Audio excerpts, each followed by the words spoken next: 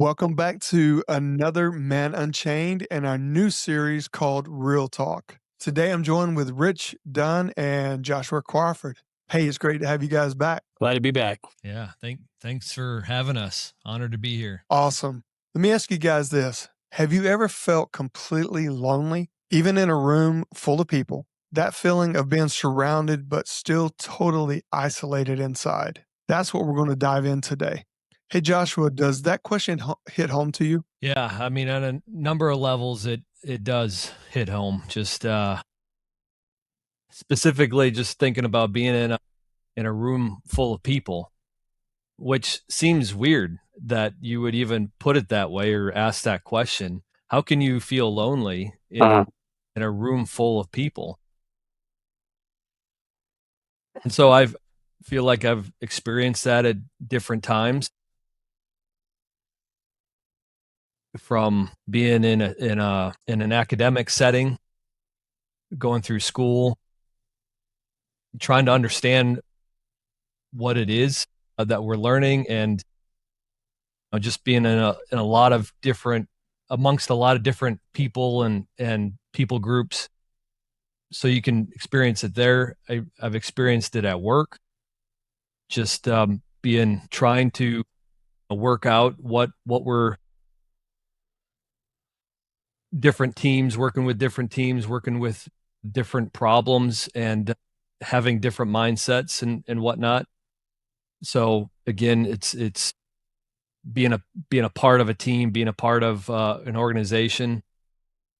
You can feel alone at times. And then you can also feel alone even in a church setting where there's lots of people there, and we're all we can be even doing and having the same goal and the same, doing the same thing, the same reason for being there, but again, feeling alone in the midst of that. So I'm just saying that there's a lot of different ways that I have felt alone at times, and that's how it hits me when you bring this topic up. Funny, Josh, I was thinking about what you talked about, like in a church setting. That just really struck a chord with me, because I've heard so many times how the larger the church, the more people are hiding. And that really struck a chord with me, because I'm like, what would be why would there be a need to hide? And it's this place of going, like, I don't want to be seen. It's okay. I want to maybe come and get a little bit, but I'm going to come in and then I'm going to check out. And,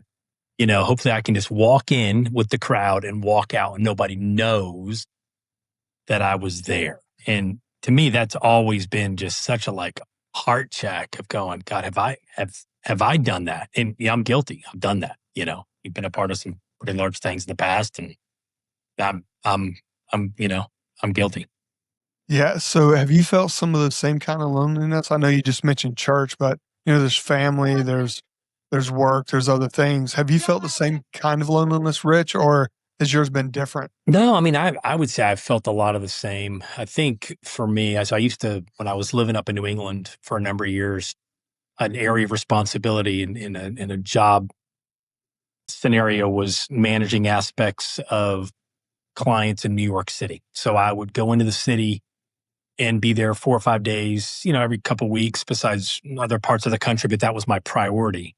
And as I was there, what I recognized is I could walk the streets of New York. I could be intentional about who I was going to connect with, but I felt lonely. There's all these people around, people watching, he's coming, they're being flagged down, even walking by, bar and grills, whatever it is. And there seems to be all this energy, but nobody would look in the eyes, right? They'd look away, they'd look down. And I'm thinking, I'm in a city of 10 plus million people, and I'm literally alone. Like, I felt more engaged when I would actually meet with a client, even if I'd never met them, but it was something that was set up. And I'm supposed to perform at this high level, but yet in the day to day, going back to my hotel or dinner or whatever it might be, there was thousands of people around me on the sidewalks, and I was totally alone. Like, nobody would engage you. Nobody would say, hey, no, nothing. And that to me was such a real world, I think, expression of I don't want to be that. which is like a lot of times when I'm cities and people say, oh, you shouldn't look anybody in the eyes. I'll look somebody in the eyes. I'll smile. I'll wave. I don't care if I don't know. And some people can say, oh, it's a Southern thing. No, it's not a Southern thing. It's honestly, we're social creatures and we're people, right? And we're called to engage people, not look away, not go, I don't know them, so why should I engage them? I'm like, how in the world did you ever meet your best friends? Because you waited in the corner and go, I know Bo and Josh, they're going to talk to me. I just know it. Someday they're going to talk to me. Like, that's just not how it works.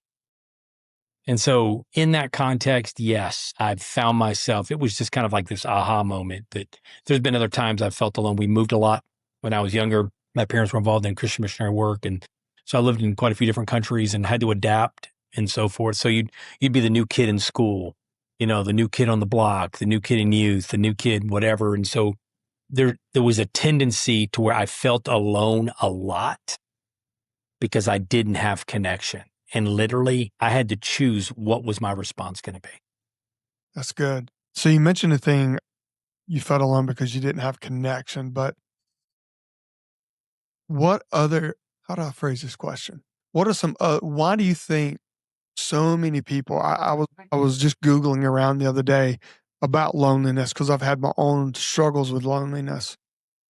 What do you think drives us to being lonely and isolation? I don't think it's a one-time thing. I think it's a slow fade. I think there's something about we have perhaps an experience where we feel, whether real or perceived, alone. And then we can find ourselves now moving another couple degrees into loneliness, or perhaps the word could be we withdraw a little bit because we're feeling lonely, or we withdraw because we feel isolated, or perhaps we didn't get picked. We were the last one to be picked for the free-for-all baseball game in the backyard. And we're like, okay, well, I'm not even going to show up next time. And we start playing these tapes over in our head about why we don't measure up. So we start pulling out of things. But I think it's a slow fade. Do you think some of it is low self-esteem, or we've been hurt by people, and so we use it as a guard? Yeah, I'll just jump in. Like, I think that is definitely a challenge that we all face is guarding ourselves against against people finding out more about us that maybe we're not secure about. That's good. Yeah. But I like what you said, Rich, is that I think the key is about connection. And how do we find that connection? What are we connected to? Who are we connected to? And if you don't experience a connection to something or to someone, we've all experienced that, right? Where you've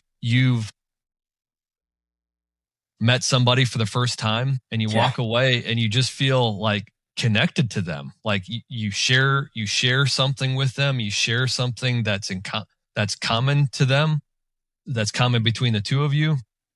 And all of a sudden there's a connection. And sometimes it doesn't even take long to experience a connection. Yeah, I think that's good. I mean, I think there's something about that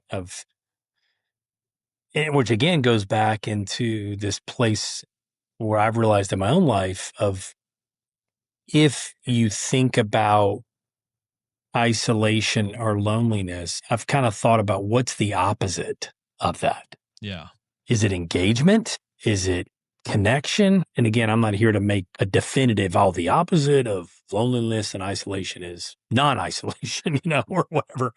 But there's a reason why, if you go back, goodness, hundreds of years, solitary confinement was used as a way to break people down. And you go to World War II, I mean, the Japanese had perfected that. And we use it in the prison systems now, where we isolate, and they might call it the worst or whatever it might be, but we isolate, and it literally works against us. Because when we're in isolation, we start breaking down. We start losing it. We start going crazy, cray, right? Yeah. And I think about that, who's the author of getting us away from the fire? Who's the author of getting us isolated perhaps even walking in shame, or I don't measure up. And if we stay there, we become totally ineffective in any capacity. I don't care who you are. Even if you're driving the stock price up to the right and up until, the right and up and to the right, great, awesome. But the reality is you're lonely doing that. Why is it? Why do they talk about how people that are leading companies or leading ministries, they're the loneliest people in the world in most cases. Yeah. I've heard Right? that the higher you go, the lonelier it is. Yeah. I just looked up, searched real quick while you were talking. Google says about 30% of US adults struggle with loneliness. That's huge. Well, I mean, if you're while you're searching, you could search the CDC and go to the CDC website and learn that there's a suicide problem in Yeah. America, Yeah. and Mm, Major. you would find that over, like, I think it was 12 million people have seriously thought about suicide in the last year, um, and I got to thinking about that in a group.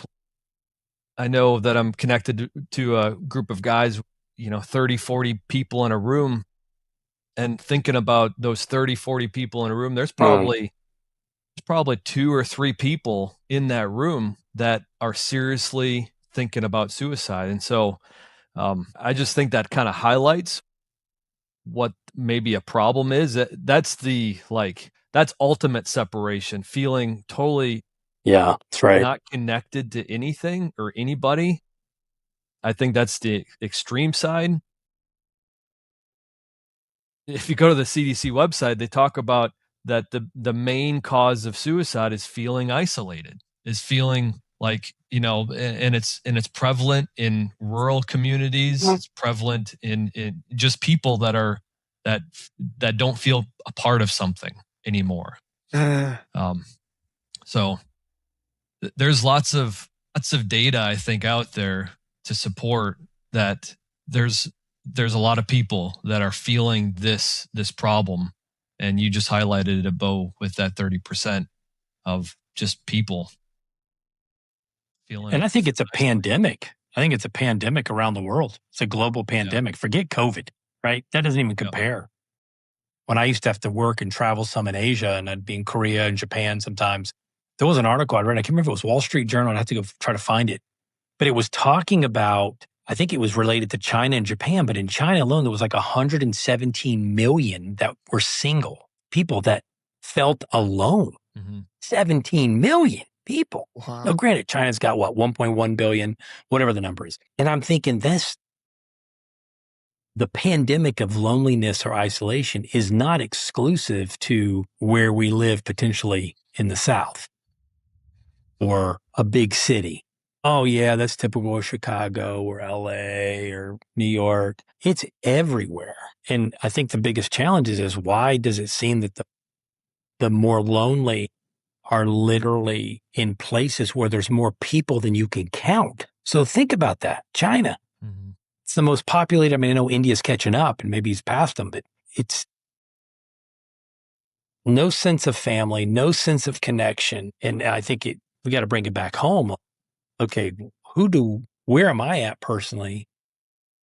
And or if I've found great places of connection, do I have my eyes open to recognize there's a lot of people like you spoke to, Josh, that are around me that perhaps are not connected, that are not engaged, that are walking around. We talk about walking dead people, but walking lonely people. Well, it's easier.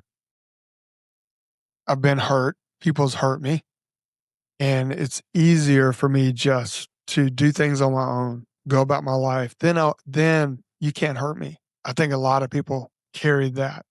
I know I did for a long time. Just a lot easier to do it all on my own. Yeah, sure.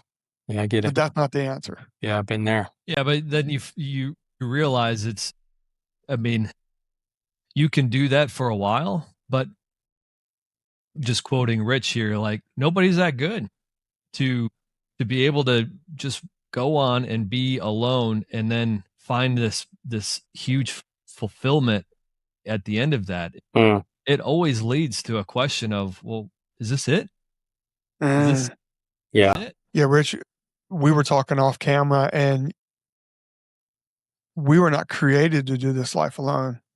You want to talk about that? Well, just in our dialogue before we jumped on and hit the record button, and you said you'd had the same kind of epiphany. I was thinking like in Genesis, I think it's Genesis 2, kind of midway through the chapter. So again, if you're not familiar with Genesis, first book in the Bible, out of 66 books.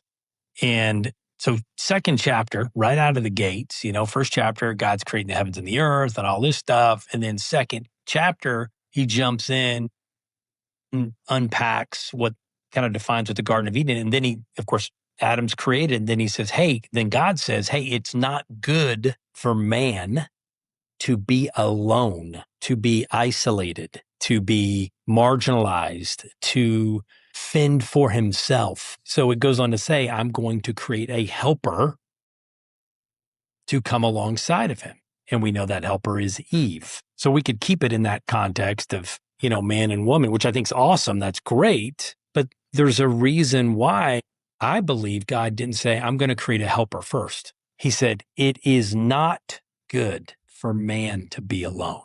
So he sets precedent. That is not a good thing. And what I love about God, whether you're tracking God, you think he's real, you don't think he's real, whatever your opinion is, the reality is God is and always is about a solution. He could have left us hanging. Yeah, it's not good for man to be alone. Next, it's not where he goes. He's always about a solution. So he provided a solution. And not only did he provide a solution, but he provided woman, which means out of man. And it was something that was appealing to his eyes and everything. Like, why didn't he just make another dude? You know what I mean? I mean, straight up, he could have.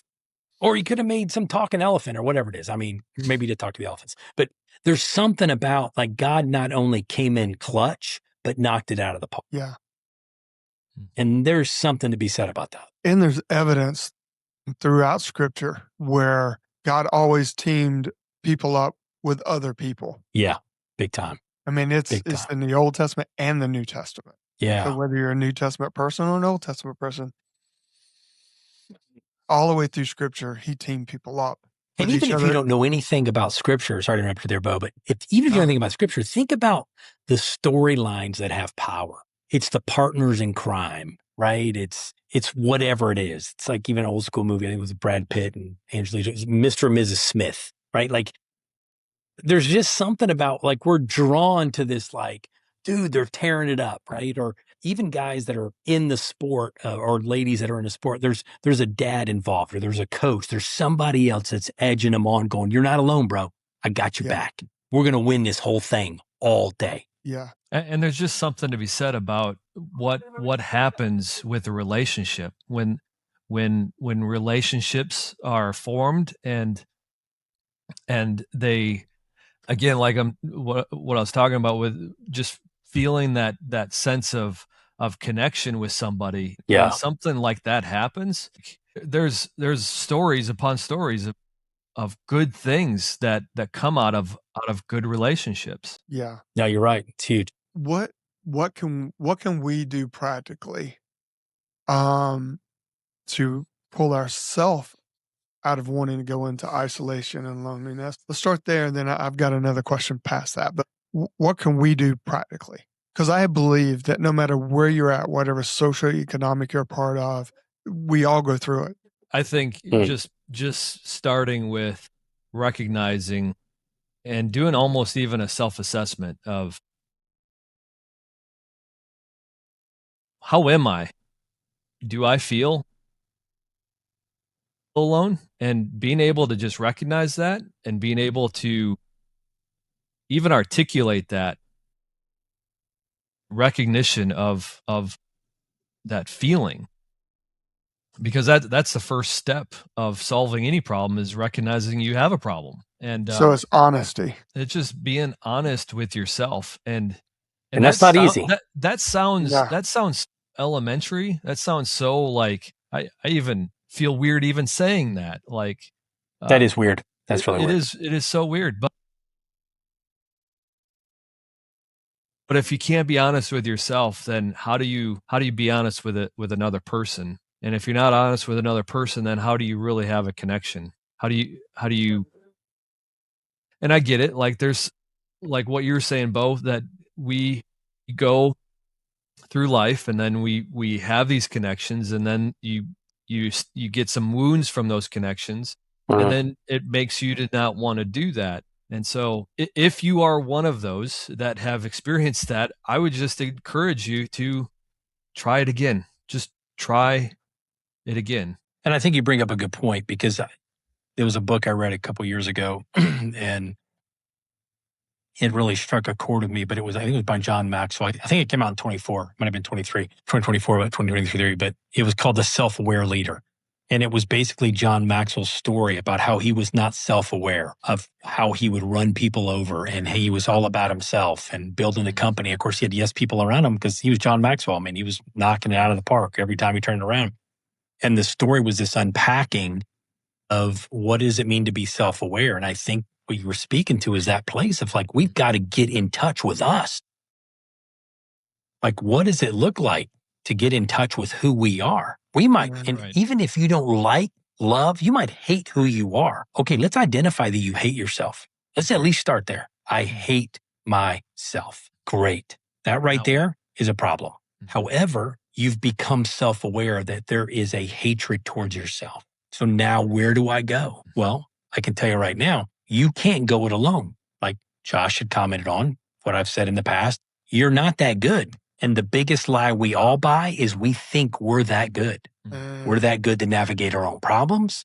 We're that good to grow the business. We're that good to grow the ministry. We're that good to we're the best dad on the planet, the best father. Everybody wants to be my friend. And it's as if we are gods in our own right. Yeah, it's funny you mentioned John Maxwell. He just comes at leadership perspective at a level of or at a belief that we are better together All day.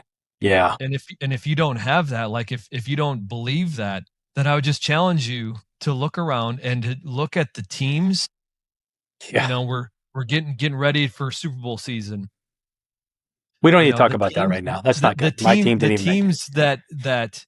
that ultimately go to the Super Bowl and win. It's not because they have an all-star quarterback or an all-star. They need that helps. That helps to have an all-star quarterback. Just because your Packers are in there doesn't help Bo's in my situation. Well, I'm disagreeing right now. That's a perfect example, because all of the Packers are hurt. I mean, they're coming in with crutches and I mean they have to have a team working together. No, you're right. You're right. With putting the talent together to make the team succeed. And I just believe that for just your individual life. If you come at it with a belief that you're better together, you're better around other people, then you're going to change your perspective on how you feel about yourself and how you feel about others. Yeah, I just recently came out of a very lonely season, losing my best friend of 35 years, and another organization I was a part of just dissolved, and people went their different ways, and you're kind of left like, what in the world's going on, you know? And no one's calling me, and nobody's asking how I feel, and you know, I had that whoa me, and was just wallowing in the muck, and it just kept getting deeper and deeper. And I remember one day, just in my quiet time in the morning, and the Father told me, he goes, "You can stay this way if you want, or you can step out." And I didn't want to step out for probably 6 months. It was awful. And I remember I had not actually even been invited, but there's that same group of men that you mentioned, Joshua. I knew about it, but I hadn't been invited. And so I invited myself one day. And I went in with just an attitude. Hurt. I'm not going to let anybody hurt me. You know, I'm only showing up because I feel like I have to, and my lip was stuck out. And I don't know, I just, for some reason, showed up again. I just kept putting myself out there. And now I'm seeing the fruit. You just show up, you know, wherever it is. Find somewhere and just keep showing up. And it's just like dating, you know, when we first started dating our wives, it was really awkward. It was a little, we did some weird things. We said some crazy stuff. We're probably going to do that too, but it's okay. I just want to encourage people, like, no matter how you see yourself, there is a tribe of people out there that love you or will fall in love with you, that want to be champion you. You just got to find them, but the only way you're going to find them is just stepping out there and trying. I've tried other groups and other things and social clubs or business groups, and, you know, didn't feel it. So I just kept looking, but they're out there. That's right. It's good, man. It's really good, Bill. Before we wrap this one up, is there either one of you have anything you want to leave on this topic of loneliness and isolation? I think the one thing that strikes a chord with me is it's okay to feel lonely. It's not okay to stay lonely. Yeah. How do I follow that up? Like, I mean, I think that wraps it up right there. And I also like sympathize, empathize with those guys, ladies who, I mean, it can be Yeah. anybody, but you know, I mentioned the CDC statistics. It is prevalent in men, like this feeling of isolation, and then this feeling of hopelessness. But the statistics are increasing for women as well. But it True. far outweighs the men feel this. Like there's something internally that the men feel about being isolated that I have great concern with, being a man and being connected with others. And so I just want to encourage you, like what Rich said, it's okay to feel this way, to feel isolated. We just want to encourage you to get connected to something bigger than yourself, greater right. than yourself, so that you can experience life to the fullest and experience all that we've been talking about. The creator created you for a purpose. And so we would love to experience that together. We'd love to see what you were created for. And I just believe you can't do that in isolation, all alone. You're better with other people. Yeah, absolutely agree. You know, we could go on and really dive a lot deeper in this subject, and I think we will in the future. But guys, thank you so much for coming on today. And until next week, y'all take care.